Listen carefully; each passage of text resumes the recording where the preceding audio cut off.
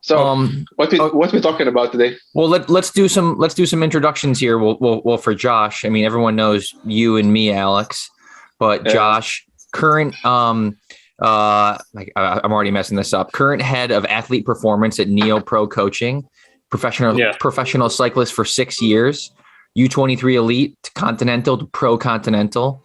Yeah, man. What else am I missing out on here? I think, did I get everything? Yeah, you pretty much summed me up. Josh, the cyclist. Yeah. Full stop. But yeah, that's pretty much it. Like I said, I was racing for 6 years. I'd probably call it 5 years, and then a year of kind of racing, but not really racing. So, and then but I've been coaching for probably longer than that, to be honest. So, yeah, that's my bread and butter. Anything bike cycling wise is me. And then also current coach of our fellow coach, Alex Sankovic. Yeah. Interesting dynamic. Yeah, I've been working with Alex for a few months now. So, big objectives for next year in France. Yeah. I mean, it's just like, it's funny, like when you say about it, because my first, so I met Josh actually in 2016 at a race that my former coach organized. So it's funny because that coach got me to under 23 racing. So like, I'm interested where you can get me, but I didn't know you at that point. I just saw you racing. Yeah. I think I remember you saying you maybe came to the bus or something, but I think it was the day I'd been in the break for like 200K. Yeah. It was the Queen stage. It was the Queen stage of Tour of Croatia. Like it was snowing on the top of the climb, if you remember. Yeah, I don't remember much. I just remember getting in the break, being in the break for 200K, and then having to try and get in the break the next day, and then the next day made the time cut by like 2 minutes. That's a brutal race, especially the stage I watched, because you had a category. It was 230K and 3,500 meters of climbing in horrid weather, right? Something like that was. I don't remember the weather being too bad, actually. Maybe that was another year. I remember it was snowing because I had some Coca-Cola. Yeah. I had some Coca-Cola bottles from my mates, and I was just like on that line above like 1,000 meters, and it was just like mixing snow and rain. And I'm giving. Yeah. There was a guy I raced in Belgium with who raced for Williams Veranda. He was like, "Give me a Coke, I'm dying. Give me a Coke." Yeah. Oh, you can't beat Coke in that situation. No, most definitely. Hey, speaking of eating in cold weather, this is we're gonna go on tangents the whole time here. Are there any pro tips for? I'm riding in the winter now, and like you have these heavy gloves on, and like getting food out is a pain. Are there any tips or tricks there, or is it just like it is what it is?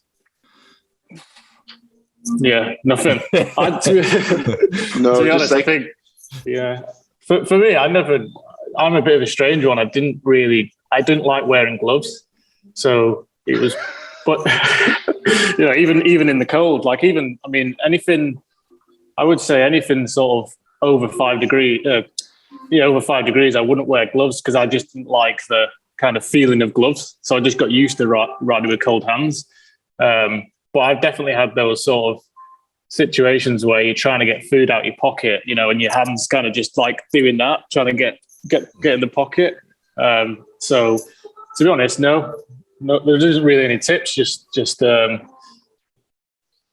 probably gels are easier to get in because you're just squeezing it, aren't you? But no, it's just one of those things. I think if you can keep your hands warm, that's the biggest thing. But other than that, it's just cycling can just be grim, can't it? So just say you're from the north of England. You're tough. Yeah, from the north of England, I'm tough. No, but like I'm basically the same as you. I just like don't wear gloves even. Like if it's below zero, then I put them on. But a few days ago, I did the 5-hour ride at 0 degrees the whole day, so I didn't wear gloves. But in terms of food, I just find that I can eat on the bike. Then I just struggle with drinking. So, I mean, yesterday, like I did a 5-hour ride on Zwift. I had 8 bottles in 5 hours. A few days ago, I did also a 5-hour ride. I had 3 bottles and a can of Coke. So yeah, I think the drinking. What I find myself and with riders is trying to stay hydrated in the cold can be difficult because you don't feel thirsty a lot of the time. So, I used to find in when I was racing, some of the races where you would get the kind of nutrition in terms of hydration wrong would be the days where it's not that hot, but it's still kind of, but you're still sweating and stuff like that. So it could be like 10 degrees and you're never really like super thirsty. If anything, on the days where it's hotter, you end up being more hydrated because you're constantly searching for a drink, So, I used to find sometimes it's worth kind of reminding yourself and reminding your teammates that in those days where it's kind of pretty cold, to make sure you keep drinking. I know you don't feel like you need it, but you get 4 hours into the race and you're like, oh, why have my legs fallen off? Oh, I've only drank half a bottle, I've certainly been there a few times, and then you go, oh, I've done it again, So I used to it's a weird one because when it's hot, you're always searching for a drink, so you end up being hydrated sometimes. So interesting. Yeah, but like going to myself, I'm the complete opposite. So I don't struggle in the cold. I just like I like the cold, but when it gets over 25 degrees, or like in Belgium, like in the summer when it was like how the temperature varies there. Like one day it can be 10 degrees, the next day it can be 35. So on those days, I just struggle. Like a lap into a kermesse, I already had like dry mouth. So it's just in the cold, I don't have any issue. Like I can get around the race like with 4 bottles. That's not a problem. Yeah. Yeah, I get that.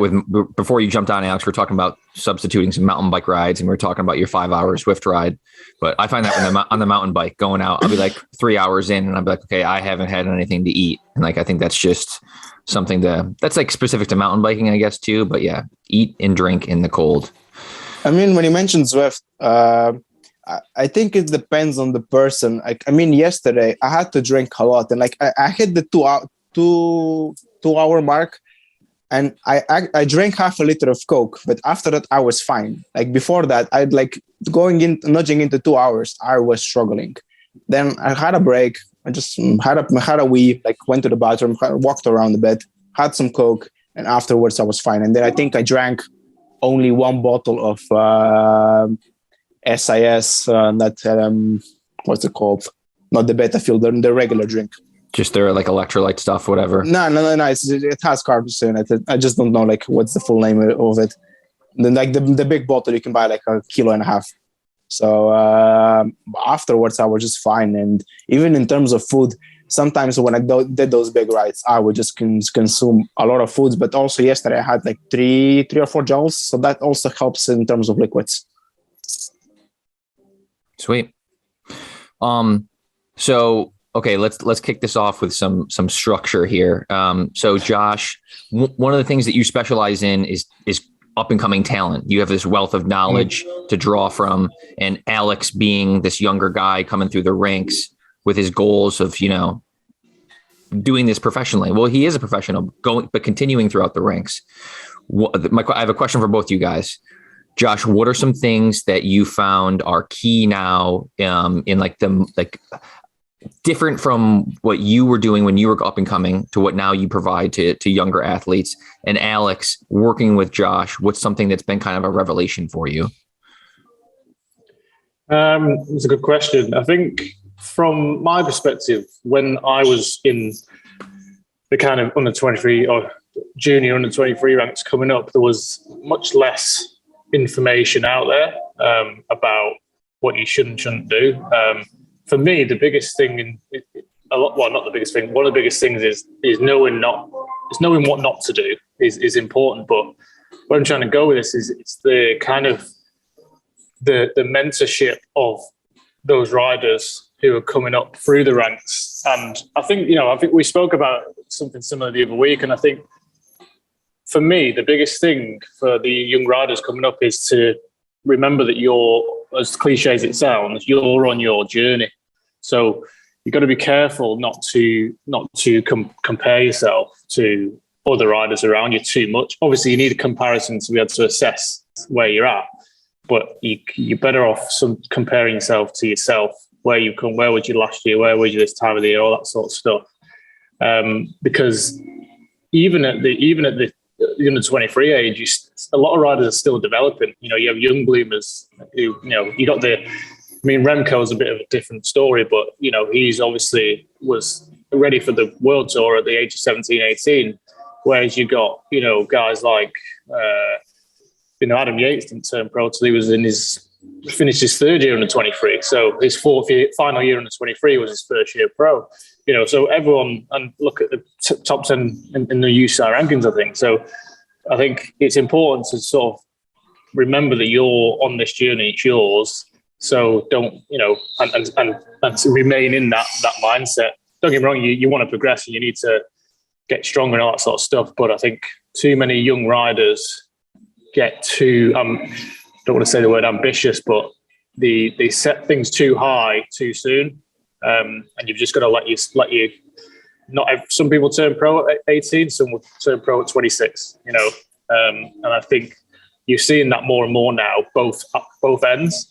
You're seeing a lot more guys turn pro straight out of junior, which for me is an interesting one, because I think you should go, Tom Pidcock went through the under 23 ranks for some other reasons, and that's worked for him. And then you got guys like Alex Richardson, who's turned pro, came to the sport late, and even Roglic as well. Obviously he started late, but turned pro much later. So yeah, I think that's the biggest thing for me. I mean, for myself, it's just like he basically went around the block. He did the same things I'm doing. So it's just that support. I mean, like initially, like before I started working with him, I spoke to other coaches. And what I liked about, like, when I spoke to Josh was this: basically, it was a human approach. Like, I mean, I understand you as a rider, and a lot, and like you said to me a few times, like over the past few months, a conversation goes a long way. It solves a lot of issues. Like, if you remember when I put pressure on myself to impress the team, like with my power numbers, it was just like he just stopped me like on the spot, and just like we had an hour-long conversation. We spoke on the phone a few times, and it was it. I mean, I have to say, like, I worked with a few coaches in the past, and I always found that, like, I function best around British coaches. I don't know why. That's just funny to myself. Maybe just because you're really direct with me. Just like you told me, like, on the spot as it is. Like, chill out. You don't need to be putting pressure on yourself. But it's, again, you went on that road and you made those mistakes. And I don't know how Division 2 racing, how inside the team looks. I can see the data from like Strava or whatever, just like power files. But the power file is just like a part of the equation. I don't know how the lifestyle will look there. That was the same, like, that's why I struggled this year in Belgium, because I didn't have anyone to guide me. It was just like me wondering like a knobhead, like what I'll do there. Like, I mean, you know where I'm going with this. So it's just like, for a rider like myself, and just like even younger ones than me, having guidance is important, because you can really quickly go off track and just like bubble up inside like a bubble of pressure, and I have to do this and I have to do that. But just like Josh said, each rider has their own rate. Like Alex Richardson, he turned pro with Alpes Phoenix when he was 30. So and I remember, like, there's actually a video on YouTube of him. He took up cycling when he was 28, and by the age of 30, he was like a professional rider, winning 1.1 UCI races, which is unheard of. So and he also won, I think, Lincoln Grand Prix, was it? As a solo rider. Yeah. We are a team. So that's like one of the oldest one-day races in the UK. So it just shows like everyone has their own rate of progression. And even Roglic needed, I think it was 3 or 4 years before he came into the World Tour. Okay, it's a different story, but my point is, each rider has their own timeline. You can't rush through it, and you just like can't put pressure on yourself. I need to be by 2025. I need to be in the World Tour, because if you do that, like I certainly did this myself, because I said like, I need to be at this point this year. I need to be at this point, and then just like 6 months later, the wheels started falling off the wagon. And where was I? Overtrained, anemic, and it's just like having someone with the experience to guide you and make cycling fun it's for me, it's been a game changer. So, and that's all I can say. I mean, no, that's huge. I think a few things there. There's so much good information there, but being comfortable going on your own path, or not even being comfortable, just going on your own path, because everyone has their own path. It's unique to you. And then being able to draw from those experiences. As cyclists, we so inside of our own heads with like the emotional roller coaster, up and down and up and down, and you forget all the hard work you put in so quickly. So yeah, that's key. But there's something I wanted to ask you guys when you're talking about power numbers. Two things within the team. How much are power numbers discussed? I'm just curious because I know like power numbers are they are important, but it's a part of the equation. And then Josh, on your side, in dealing with Alex, is there? I know from my coaching experience, yes, data analysis power is big, but are you guys focusing? Is it like 50% power? Is it all power? Like kind of how do you stress that in a progression throughout his career? I think, at this point, obviously, whilst I've been working with Alex, we haven't actually done proper races yet. So, he's come out of Belgium, had the season, of kind of craziness from probably November point onwards, because doing the Zwift race and all that sort of stuff. So in terms of like how to actually race a bike, we probably touched on it a little bit, but it's pretty. I mean, you can't start talking about race tactics 6 months out from races anyway, and we don't actually know the full calendar and all that sort of stuff. So I'd say as it stands, it's kind of been a bit of, our focus is certainly on building that engine for next year, that getting a big engine going. So in terms of, I like to do, in terms of like the data side and the actual training prescription side, I think it's, we can get a little bit too caught up in power numbers sometimes. They're very important, but depending on the rider, and someone like Alex who's quite in tune with himself and he knows, he's good with his sensations, and there's always a fine line between, am I just tired from training and I need to crack on, or is there something else going on here?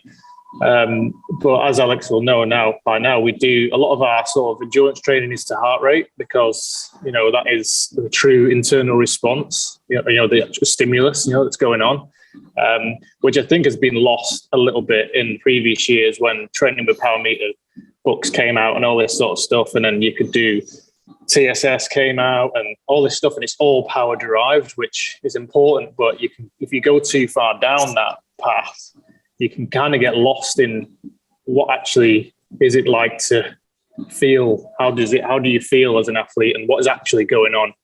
I'm not sure if I'm really answering the question here, but I think, percentage wise, it's probably,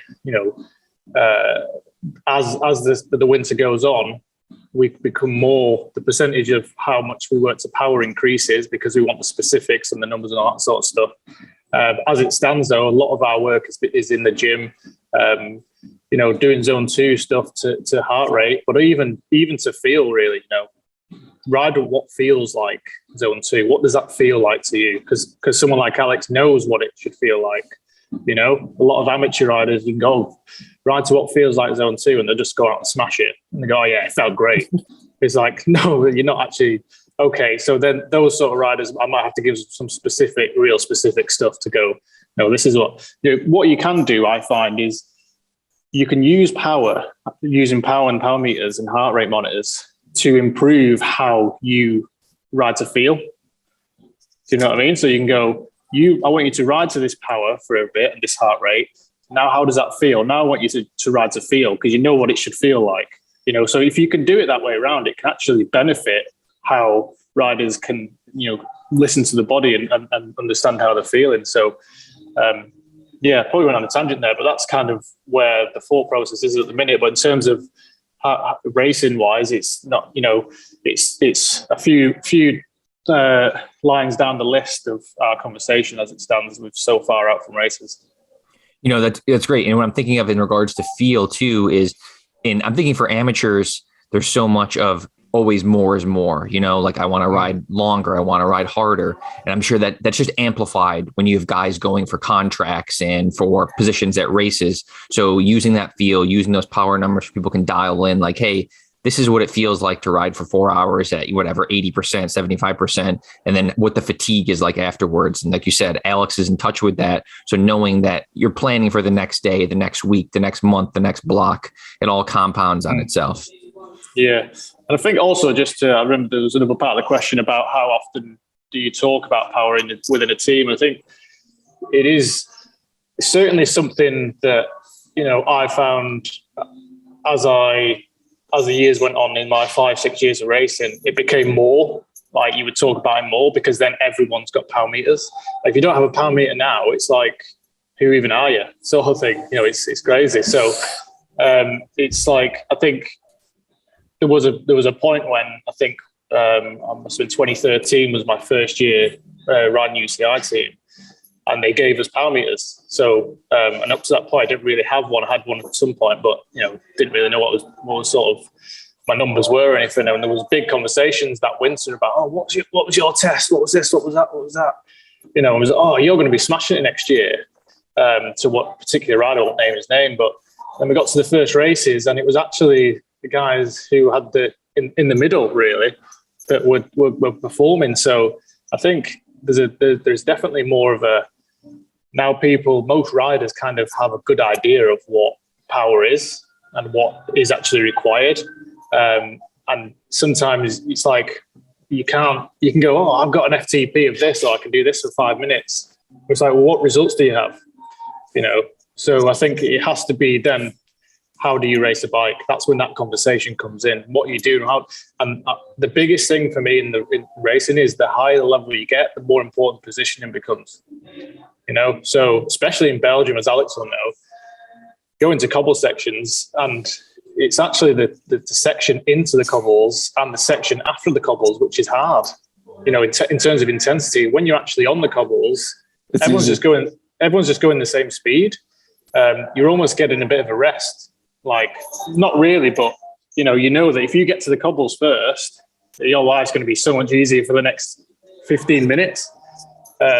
So it's sort of like after the cobbles, it's always lined out. So you're almost preempting the intensity that's coming up, but that'll be less if you go harder before. I mean, from my point of view, just like it depends on the country you race in also.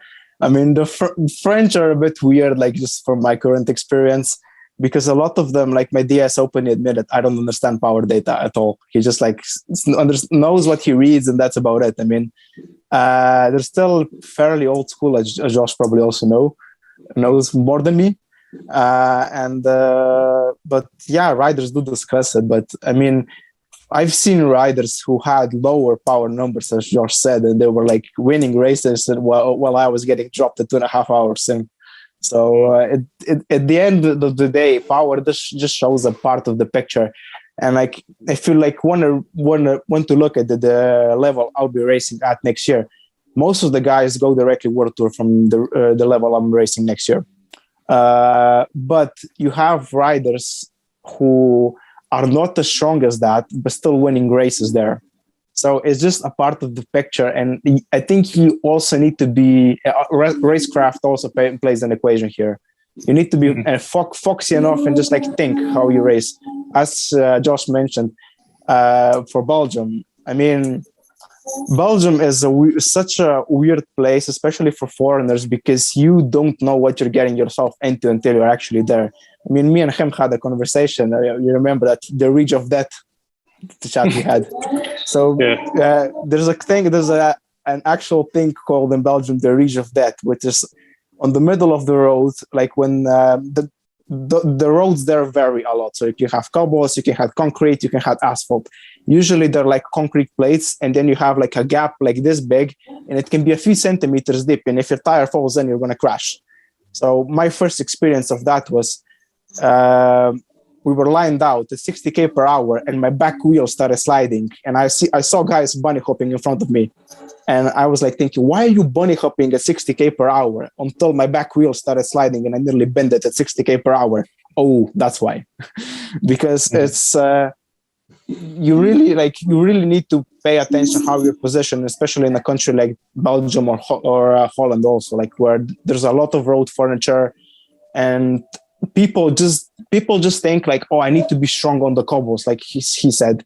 But if you are in a good position before the cobbles, riding over the cobbles is easy. Anyone can do that.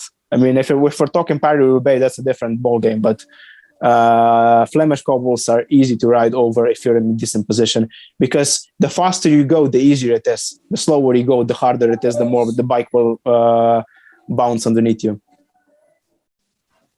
How much time then, even to simplify that even more, Alex, if people tend to stress just time on the bike and power numbers, like what can I do? But like speaking of racecraft, positioning, all of that, how much time do you spend then? I know we haven't gone into the races yet, but how much time will you spend maybe watching videos or reconning courses or talking to Josh about this? A lot, but I just have to add in a few things also to the thing you mentioned in the beginning.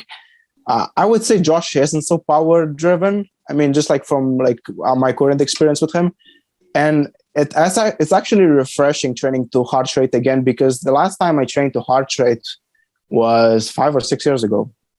So it's been quite refreshing. And because you remember in the beginning, I was just like, oh, this doesn't feel right. I should ride to power. Why am I looking at heart rate? But then again, just like, I don't know, just like felt more fun, to be fair. And just like I'm enjoying riding more because I'm just like not staring at a metric. With heart rate, I know how my body feels, and I know how, like on Saturday, I had like chain tight rides. Chain tight is basically upper zone 2 into tempo. So I know how that feels, that it feels uncomfortable. It's grippy, but it's not too hard that you're dying. And I didn't even have to look at my heart rate or power. I just knew I'm in the zone by feel how my body felt, And at the end of the ride, I just like checked my power. Oh, I was actually only 5 watts off from what he prescribed. So yeah, I think. Sorry. No, carry on. I just think like people should maybe incorporate more that feel aspect. I mean, power numbers do show a part of the picture, but at the end of the day, like I've seen a lot of riders, including myself, like in the first 10-15 minutes or half an hour of your training session, you just feel horrible and you just been at off. But like maybe an hour in, you just like open up, and you're gonna like set power records at the end of the day. You just need to also sometimes push everything aside and just like ride to what feels comfortable, and then see what happens like later on in the ride. But it's just like we're in a time, like the day and age, that just like everything is metric driven. So yeah, I mean, for me it was refreshing training to heart rate again, and just like that, like I can express how my body feels, not just like what the power meter shows. Yeah, I think what's important maybe to point out though is that although we're not riding just to a power number, because this obviously it's individual. So for Alex, he knows his body very well. So, and he knows what heart rate is compared to a sensation, what it might mean. Is he just fresh? Is he this or is he that? So we can be a little bit more kind of almost ride to what feels like that zone 2, like we were saying. But I think even when we're doing that, we're still tracking everything. So power's still there. It's still being recorded. We're still analysing it afterwards. We're still looking at the trend in, for example, efficiency factor over the phases of the winter and stuff like that. So it's still a very important metric, even in this phase. Like I said, as the winter goes on and you get closer to races, there will be more percentage into specific power numbers for obvious reasons. But it is, like I was saying, he's found it quite refreshing. I've seen it a lot where we get a rider to ride to more so in this kind of zone 2 style, endurance training. You ride in heart rate zone 2, and they almost find it a little bit easier to be smooth with it and keep it controlled, because you go down a little descent and then people start panicking and start trying to get their average power back up. And I always say it's not about average power for the endurance ride. It's about how much time in zone we're getting. And first off, I want to see good time in zone in the heart rate zone, and then what you tend to find is as the sort of aerobic engine efficiency starts to improve, whatever, if you've got your power meters, obviously your power zones are set to a certain point, they start to catch up anyway, so they'll start to match up. And then if they start to go the opposite way, where, you're doing heart rate zone 2 and the power's really high, then you probably need to retest anyway. So I think it's just maybe pointing out that everything's being recorded, even if it's not being stared at on the day. We're still looking at everything in the background. But what this does is it stops you just becoming a robot staring at a computer all the time.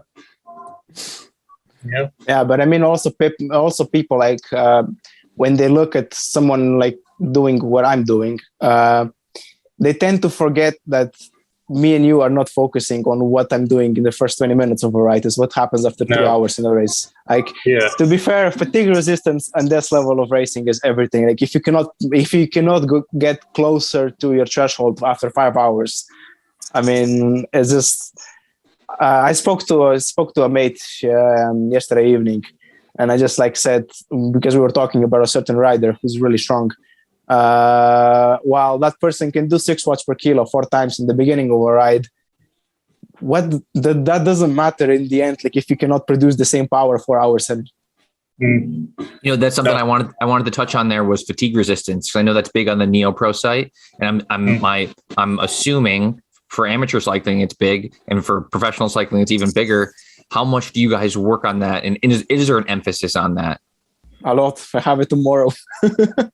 Yeah, I think obviously it's probably around this point now where we'll start to put more emphasis on it. I mean, you can't just start doing fatigue resistance training before you can even do anything without being fatigued.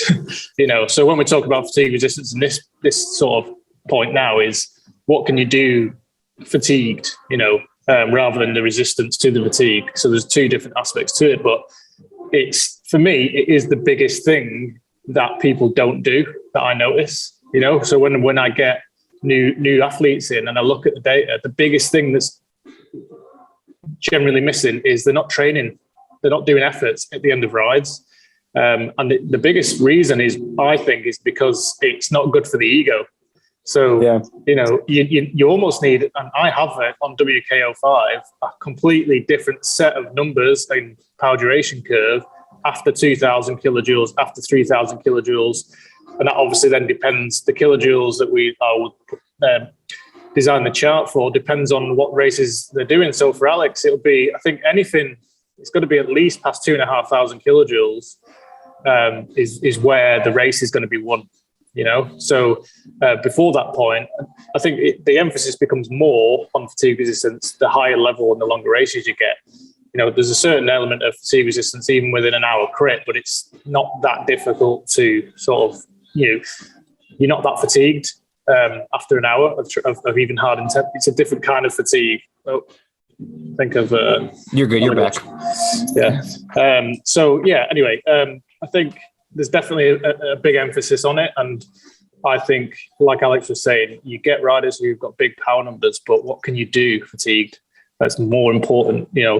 If your power is really low, start from the basics. You need to just improve your power and your efficiency, all that sort of stuff. But you see riders who can do 6 watts per kilo for 20 minutes, but then you look and go, what's their best ever power after 2,500 kilojoules? And it'll be 5.4. And you go, well, that's why you're not winning the race. It's not because they're like, I need to go to 6.2. It's like, no, you don't. You need to get your fatigued power. If it was for 20 minutes, I'd probably say 3 to 4 or 5 minutes is more important. But you're better off getting your fatigue power up to 5.6. Because that's enough to win, a lot of the time. Whereas getting your fresh power up to 6.2 and not improving your fatigue power, all that's going to do is mean you're going to be in a group further forward in the first hour of the race. And as Alex knows, it very rarely is decisive that early on. As long as you're still in the race in that first half, you're fine. You don't have to be at the front. When I was racing, the amount of times I've been out the back on an early climb, got back on and finished in the top 10, I've lost count. Because I've done the same power that I did in the first hour. I remember there was a race in the UK, and I think it was a 4-minute climb, and it went up the climb after about 2K, and I did 5 watts off a PB, and I was probably third group, like 10 guys, 10 guys, 10 guys. So it wasn't bad, but, I was nowhere near the front group. We got back on, and then I looked at the file, and in the last lap, I made the front group of 10, and I did less power than I did the first time up the climb. So Tour Britain, I remember the same Tour Britain. There was a stage in 2015, and I did something. It was late on in the race, like 180k stage, really hilly all day, but nothing hard, just like constant. So everyone was on the knees. And I only had to do 6 watts per kilo for about 6 minutes to make the front group in a 1 HC race. It was like 25 guys. And when you think about it, a lot of amateurs can do that for 5 minutes, 6 minutes. So it's like, it's not the issue that you haven't got enough power for a lot of guys. It's how is that power? When is that power being accessible? Can you access it after draining your anaerobic battery all day? Now, what can you do? Because that's when the race is won. If you've got no power at all, you're going to lose the race early on. But as long as you stay in the race, what can you do fatigued? That is the most important thing to win bike races.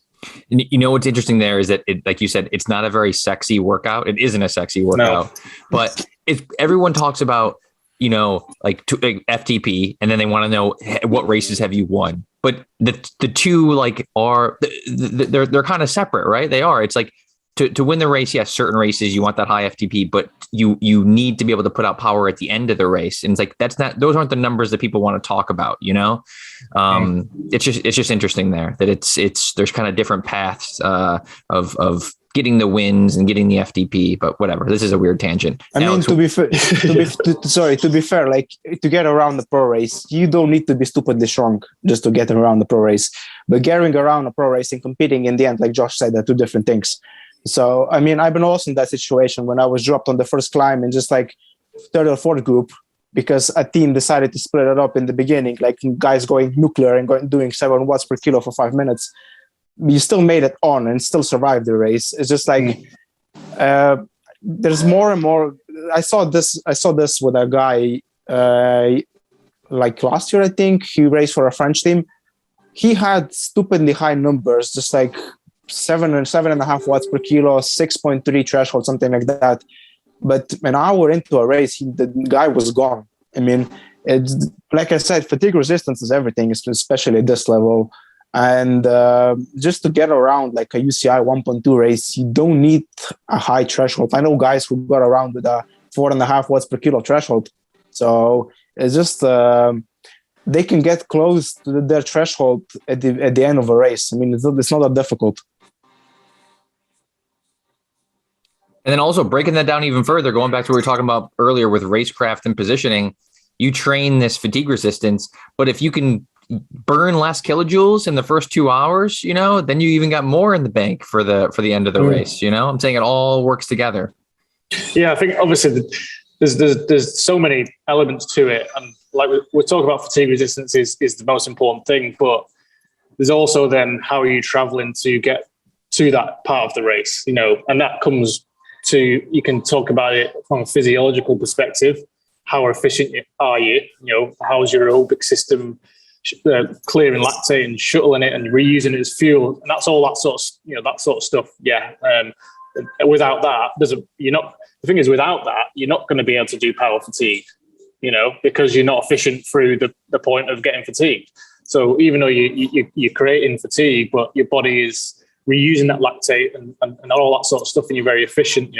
There's a big thing on Pogacar or Pogacar, whatever you call him, where he is so efficient that it's not that he's got big power, don't get me wrong, but it's that because he's traveling through the race so efficiently, it's like he's almost fresh at the end, So if you can do that, then it's easy to produce the power that you can do. So there's also, you can look at it that way. It's like you can just make yourself really efficient and you can produce the power at the end. But then there's also the actual sort of kind of straightforward point of performing when you're tired. I remember there's a pro that I know, and he's like, if I feel like I'm about to blow at the end of a race, I just attack, and see what happens. And because you find like you see attacks. We used to call it attack before you blow. And it's kind of like I've done it before, and then it works, because if you're on your knees, the chances are everyone's on the knees. Anyway, I don't know where I got on a tangent there. Lost myself there, but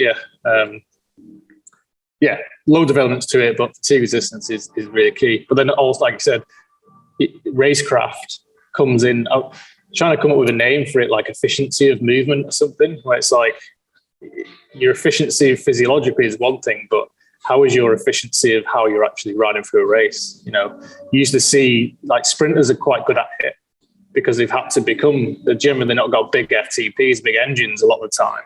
So they learn from a young age to travel through races smart. They'll ride through the middle of the bunch rather than go up the outside, and they'll shoulder barge people. And you do all these things over a 4-hour race and you'll save yourself so much energy. So that's a big, and going back to the kind of the young riders going through, it's the biggest thing. You find that what I find is, and me myself actually, was when I first started, I wasn't very strong. So I was forced to learn how to be smart, not getting a break. I wouldn't do anything. I'd do like one turn every 5 minutes because I couldn't, but because of doing that, when I did get strong, I was used to riding efficiently and getting to the end of races. So, you often find that the guys that are not naturally so strong in the beginning actually learn how to race better, which is an interesting. I mean, it's also mental. It's also very mental because, how can I put this? Like you basically hit it on the head. Like one is movement through the group, one is like the physical side. But just like a place like Holland or Belgium teaches you a lot about that. Just like I saw how bad I am actually at bike handling when I came to Belgium, when I thought I'm half decent, and I saw guys rallying corners at 50k per hour. That was a real experience. That I got from 10th wheel to 50th in one corner. Just like that taught me a lot how to position myself and just how to move up and. How to actually be comfortable in the bunch, and I still do the same mistakes to this day. I mean, like you said, sprinters are really handy, So they will easily move up through the bunch whilst I will try to go on the outside, even if that's not the most efficient thing. And I can share an example of this. I have a mate, Josh, you maybe remember. I mentioned him in the previous podcast, the guy with the burnout. Yep. So he was a pure sprinter, and we compared power data a few times, and I always had like 25, 30 watts more than him on average power because he was so efficient through the bunch, and I was just like that idiot moving up on the side and just burning matches. But over the course of a race, you do this once, twice, 10 times, 15 times, that adds up big time. Yeah. I think there's obviously times where you have no choice and you got to go up the outside. And it helps if you've got teammates in that situation. But what I've found is a strange piece of advice, though, is that sprinters don't use the brakes as much as everyone else. That's very true. They don't. And I used to find, like, when you're going into a corner, if you use your brakes less and almost back off before the corner, then accelerate into the corner and go around the corner, you come out the corner faster, you save yourself so much energy. And it's little things like that, especially in Belgium when there's so many corners. Yeah. If you're having to do a full sprint out of every single corner, that's going to add up, obviously. But if you find like you see a lot of sprinters. I remember Ed Clancy in the crits in the UK, he was really good at it. And I think because you come from a track background, you get good at not using brakes because you don't have any brakes. And he used to do it where he'd go around the corners, like he'd be barging into people. As he's going, people slamming on, but he'd go through the gap or something like that, and then he'd come out the corner and he's going 4k an hour quicker than everyone else. So he just like cruises out around the corner, So, it's not, this is not advice, but something I used to do is not brake as much, I mean, Iman Lucas. So I don't know if you know him, Josh knows him. So we trained together in Belgium. So I was really struggling with my cornering at that time. We would just like ride through a town center, and he would scream at me, "Don't touch the brakes, even if you hit a car in front of you." But it helps. But I mean, going back to this, I raced against JLT Condor. So they had like at that time Tom Moses and John Mould. So John Mould is like is a really good sprinter and a former trackie also. they came to Croatia and did the spring races, and those guys didn't even touch the brakes like through the corners. Like there was literally a roundabout going into a tight right or left hander, I don't remember. All of us touched the brakes, and then just the whole JLT train just like flew by us. Like they didn't even touch the brakes, just because like a lot of them are trackies, and like you have your Tour Series, those circuit races, that helps a lot. I'd say that's probably the biggest thing is the Tour Series over here. They're really narrow. They're almost like cyclocross races, but on tarmac. So if you can't go around a corner fast, there's absolutely no chance you're even staying in the group. So you learn pretty quick. So you get some guys coming from New Zealand and stuff, and they go to the first Tour Series and they can't believe what's going on. Like it's pretty normal to do a Tour Series with 50 psi in the tires.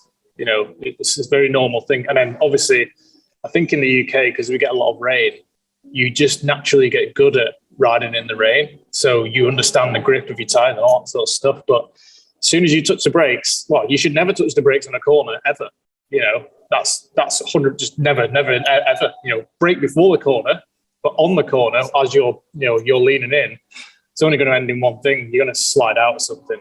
So. Yeah. But yeah, the JLT guys, obviously they smashed up the Tour Series for a couple of years. So, and I know Moldy and Moses quite well. So, they know how to go around corners, and it makes a massive difference. You see, I used to find you go to Spain and you can move up on the descent without even trying. It's crazy. But then you go. It depends where you go. The French like to switch a lot. They go left, right without even saying anything. The Belgians are crazy, but they tend to be good bike handling. They're good at handling the bike, even though it's crazy. And then, like I said, the French is just the way of riding is it's okay not to say that you're about to turn left on someone. You put someone almost off the road and it's like, it's just normal. And then you go to Spain and everyone just lets you pass because, we'll just wait for the climb, tranquilo. Yeah, that's a saying about Spain. Like, you're going to noodle on the flats and then you're going to go nuclear power on the climb. Yeah, but it doesn't matter as much in Spain because the selection's always on the long climbs anyway. So there's less emphasis on that positioning. It depends. If you go to the Basque Country and it's real narrow climbs, and there's a little bit of emphasis on getting in position for the climb, but it's still not.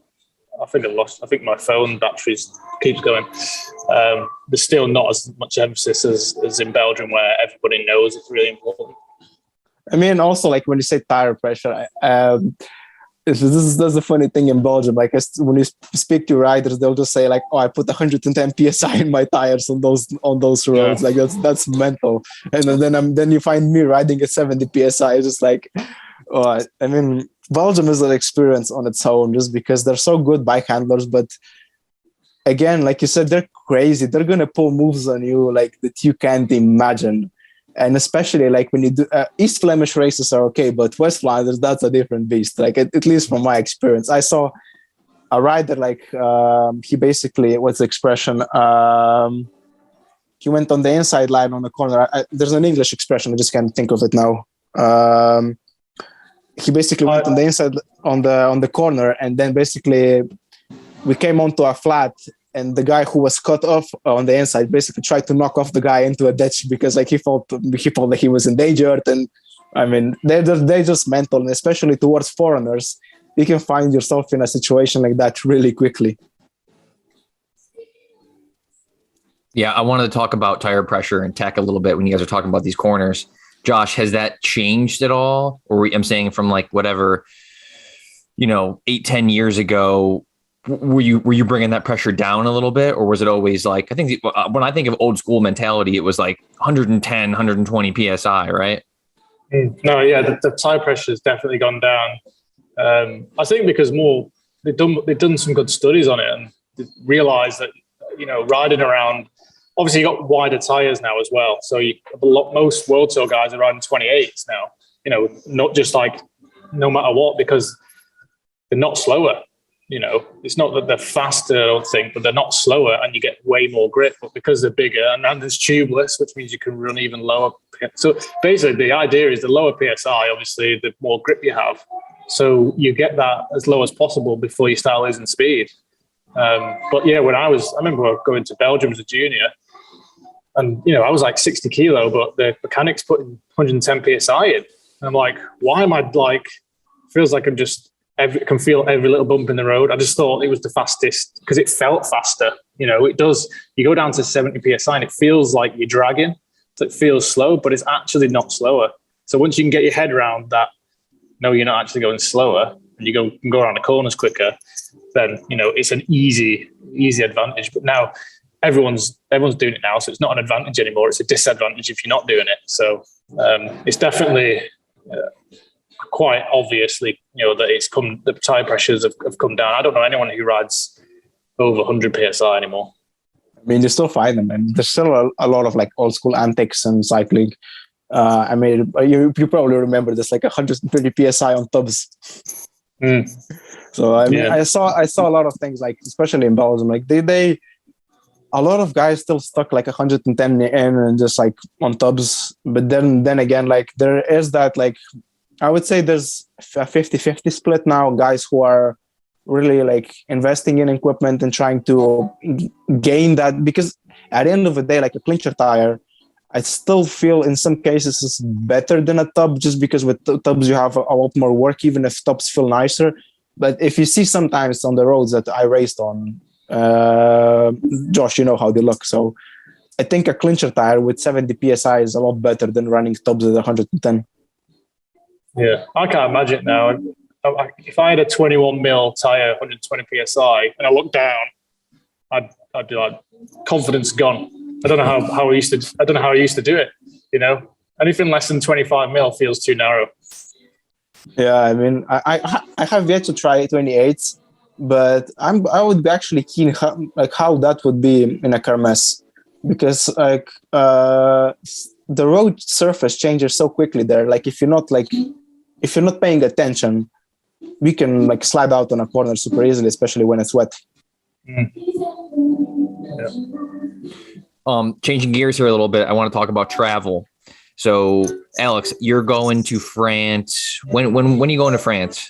I'm going first to Spain on the 5th of January, spending 5.5 weeks in Spain. Then traveling to France to do two preseason, let's call them preseason races. This is basically the two biggest one-day races in the south of France.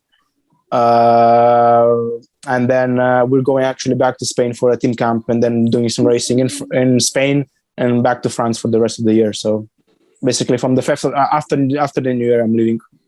So I know you and I have had many conversations, and we've talked about you're doing a lot of traveling anyways for the races and training. Yeah. But now going into this though, and working with Josh, are there any specific things that you guys discuss or questions you have for him to draw off of his knowledge in traveling and training and racing?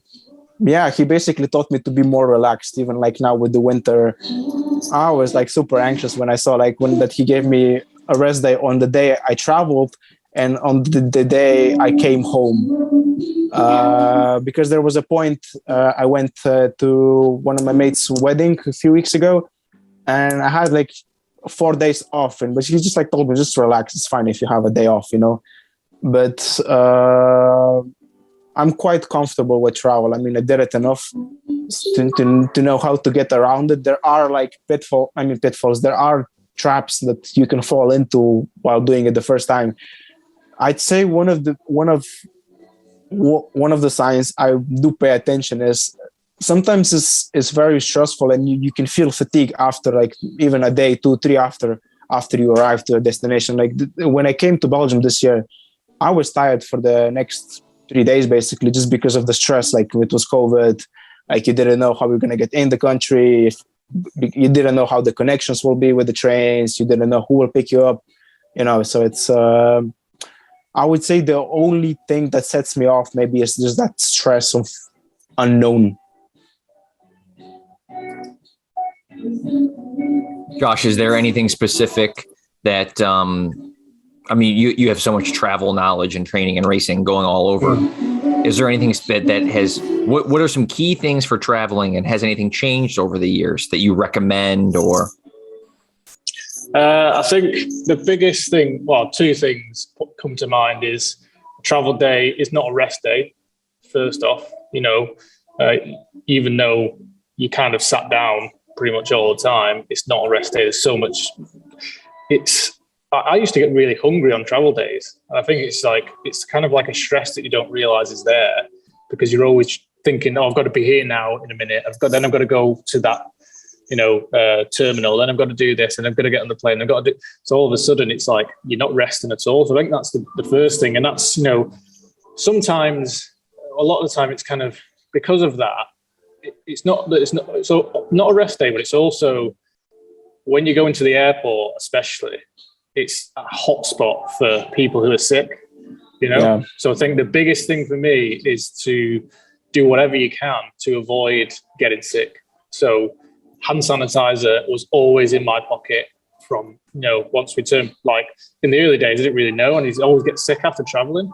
And it's because you're training so hard as an athlete, you generally got your immune system's a little bit suppressed. So, if you are someone who's quite susceptible to getting colds, you might even go a bit further and go, right, I'd even have a rest day before the travel and an easy day after the travel. And you might as well, do it that way just to be safe. So many times you see guys getting ill from traveling. It can be easily avoided. Keep your hands clean, even wear a mask. I remember Steele von Hoff, who we used to ride with, and he had a real crazy setup. He had a mask on. He had used to sore neck from traveling, so he used to get this like elastic band around his forehead and attach it to the back of his airplane seat. So he'd just be like, just like that all the time. So, but anyway, that's something else entirely. But I think doing whatever you can to not get sick on that travel day, and then. Again, it's not a rest day, so the day after, don't think, right, I've just had a day off, so I'm going to go and do 5 hours because now I'm in Spain or whatever it is, ride into it nice and steady, because that needs to be generally a day where you feel better the day after. So, it might not be the day you get to Spain, for example, it's not going to be a full day off, but it certainly be an easy ride. Yeah, I mean, just like for me, like you said, I don't get hungry. My appetite gets suppressed, but I do feel a lot more thirstier. So I have to drink a lot, just like then my stomach feels queasy on travel day. But like going back to sickness, I actually did end up getting sick after my travel to my mate's wedding. And then I actually made the mistake of not telling him, I actually have a chest cold, and then like we had a discussion a few days later, like you need to tell me those things like when it happens. Actually, I thought it's just like it's going to be away in a few days, and then I had it for 10 days nearly. Yeah, you got to be careful. I mean, sometimes there's nothing you can do. You can be as sensible and smart as possible, and you still get sick. Yeah. But then that's going into another subject where when you do get sick, don't just ride through. I think the thing is, people get a cold and they ride through, and sometimes you get away with it. And that's basically the issue, is that sometimes you get away with it. But I feel like when you do that, you play in the roulette. You might get lucky and be able to ride through it. Chances are you're going to get sick. But even when there's an argument to say, even if you do ride whilst you're sick, your body's fighting something else anyway. So are you really going to get the true adaptations from your training? You're probably just maintaining. So you're better off just cutting your losses, take a few days off, start the next block fresh, ready to go, 100% healthy. I mean, we're always walking on a knife's edge. So basically, you're constantly, just like through the year, you're on eggshells. Like, what will happen? Like, am I healthy? Because like, what is actually healthy for like an athlete? You don't know. I mean, it's so easy to get sick. But like the best advice I can give to someone with traveling, just be relaxed on that day. Like, even if you need an extra day or two off. I think I mentioned this in the first podcast I did. I wanted to race like after I arrived in Belgium this year. I was so anxious, just like the next day to get going, but I was destroyed. I was like literally destroyed. And my mate Fraser just like said, let's just go on a coffee spin. And that was basically it, So, I mean, it's just being relaxed and taking it easy. If you need an extra day off, fine. Better an extra day off than being sick or being knackered for the next 10 days. My battery's low, so I've just had to plug myself in. We're gonna I've kept you guys here for an hour, so we're gonna call it. But I got one last thing for you guys, and I want to start off with Alex. Alex, what's the best piece of advice that you've gotten from Josh? What's the best piece of advice? A conversation can go a long way and be relaxed. And what do you mean by that? I mean, it's so easy to, like I said, to bubble up and just like even hide things from your coach. I mean, at the end of the day, he's here to help me, and that's the same I'm doing with my athletes. I'm here to help you achieve your goals, and just like he's here to help me with his experience to reach my goals. Like, I mean, yeah, my dream is to go into the world tour. Will I get there? We don't know, but he's here just to help me make my journey a lot more pleasant, because while I do have the knowledge to like self-coach, but I'll never self-coach myself that well, because I'll only see the things that I want to see. With him here, he'll tell me directly, like, we need to do X, Y, and Z for you to be competitive, I like that, man. That's really good. Only see the things that you want. That makes total sense. That's the thing. You don't see the big picture. You only see your own picture. Yeah. And then Josh, what do you think is one of the biggest things for amateurs? What's something different between pros and amateurs that amateurs should be working on? I think the biggest thing that maybe coming from a different angle is the biggest thing I see from pros that I don't see from amateurs is the ability to not let the bad days mean too much, So I did a video on it a while back, and I called it it is what it is mindset. And actually, I think me and Alex had the conversation when he was doing some testing in the early winter. So obviously, in the early winter testing, you're not going to see or not expect to feel amazing. But it's more about that you can only do what you can do, and that is a fact. So as long as you give 100% on that day, then that's all you can control. Control that you give 100%, and if it's a bad day, it's a bad day. And I see, I coach a couple of guys who are pro, one World Tour guy, and the biggest thing I see from him is if he has a bad day, and I'm like, oh, is everything okay? And he's like, oh yeah, it's fine. We'll just see how we are tomorrow. Just brushes it off, really easy. And it's like, obviously, he's learned that along the way, but it doesn't take any stress out of him. It's not going round and round his head. Oh, as the training working, am I starting to go downhill? Am I going to be ready for this? It is just a bad day. Okay, let's see how we are tomorrow. If we're bad again for 4 days in a row, okay, maybe am I sick or whatever. But that conversation is for another time. One day at a time, it's just a bad day. I think that's the biggest piece of advice, is that if you just have one of those days that's not happening, just accept it for what it is. Try again another day, So that's probably the biggest thing I'd say. I think that's great advice. I think that's universally. I think that's great life advice. I would just add one thing that also for another thing that I learned from him is just I'm much less metric obsessed while training now. I just again I have to put another person into this. So a few months ago, Tim Ribble-Weltite from the UK actually came to Slovenia to do Tour of Slovenia. And a guy called Colin Sturgis, ex-world champion on the track, he dragged me along with him because he needed a Swanee. And just being around guys like Colin and Josh, Colin is also a coach and a DS, they're not metric obsession. And that just people like this around me made me fall back in love with cycling. That's just for the pure riding of it, because the last 2 to 3 years, I was just looking at my power meter, just staring at that number and chasing 5.5 watts per kilo. But that's not going to come that way, For sure. All right, guys. Josh, thank you so much. I'm going to link NeoPro in the show notes and everything. And I'll link your social and stuff so people can get a hold of you with questions and check you out.